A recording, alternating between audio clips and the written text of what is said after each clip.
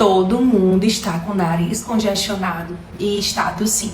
Hoje eu vim conversar com vocês sobre um assunto que está bombando aqui no consultório e no meu WhatsApp. Todo mundo está com o nariz congestionado e está tossindo. Muitas vezes as crianças com quadros leves, sem febre, sem cansaço, mas algumas delas evoluindo para desconforto respiratório, algumas que precisaram até de internação, porque precisavam ficar em observação e porque precisavam fazer as bombinhas e ou os aerosóis em intervalos mais curtos, né? E o que é que eu vim falar de alerta, né? Quando a gente está diante de um quadro gripal, é importante a gente observar algumas coisas. A primeira delas é como que essa criança está, né? O estado geral. Tá ativa, tá esperta, tá com algum sinal de desconforto respiratório, que como é que a gente avalia? A gente avalia desconforto respiratório como? A gente vê a criança respirando e ela respira numa velocidade mais rápida, ou seja, muitas respirações no minuto.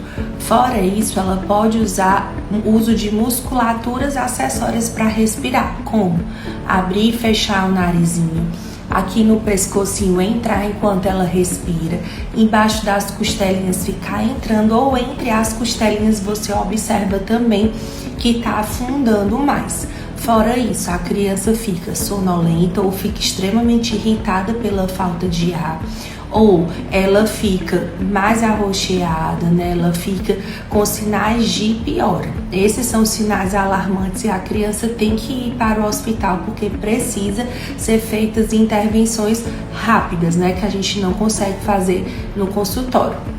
E aí, sempre que os sintomas gripais começam, é muito importante que a gente, primeiro, entenda como é que o curso das doenças na criança acontece, né? Que no início a tosse é mais seca, vai ficando mais produtiva, a catarreira pode ir acumulando, pode atrapalhar um pouco o sono da criança por conta dessa congestão e dessa tosse. A febre em média é para durar até 72 horas. Mais de 72 horas é o sinal que a criança precisa ser avaliada com, assim, uma precocidade para a gente entender o que é que está acontecendo. E a gente tem que ficar de olho em alguns sinais, como espirro, o nariz coçando, o olho lacrimejando ou mais avermelhado, lesões de pele, porque isso também podem ser sinais de alergias associadas. Nem todos os quadros gripais são infecciosos, a gente precisa entender todos os sintomas. E uma coisa que faz muita diferença é o exame físico da criança, porque no exame físico eu consigo auscultar o pulmãozinho, eu vejo se não tem nenhuma secreção, se pode ter algum barulhinho de chiado, né, que é o chiadinho da asma. Eu posso avaliar se tem algum catarro acumulado, que pode ser sugestivo de uma pneumonia. Eu posso ver se a criança tem ou não desconforto respiratório, eu consigo ver ouvido, garganta, todo o estado geral da criança, para a gente poder saber de que é que a gente está diante, se é um quadro infeccioso, se é um quadro alérgico, se foi o que sobrepôs ao outro, se é um quadro viral, depois é um quadro bacteriano, o que é que é. É difícil só saber a história sem conhecer, sem examinar a criança e principalmente saber qual é o remédio.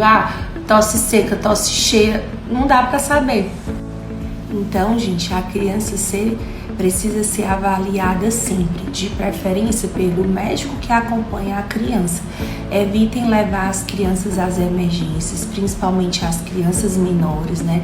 Porque a emergência, infelizmente, é um foco de infecções também, né? Porque tem muitas pessoas que circulam, tem crianças doentinhas, né? Que estão transmitindo vírus e bactérias, e às vezes você pode ir por um quadro e acabar que você ganha outro, né? Então, é muito importante que seja feita a avaliação pela pessoa que acompanha, até porque ela já conhece mais ou menos os quadros da criança. A pessoa que está vendo na emergência apenas uma vez vai saber aquele retrato daquele momento.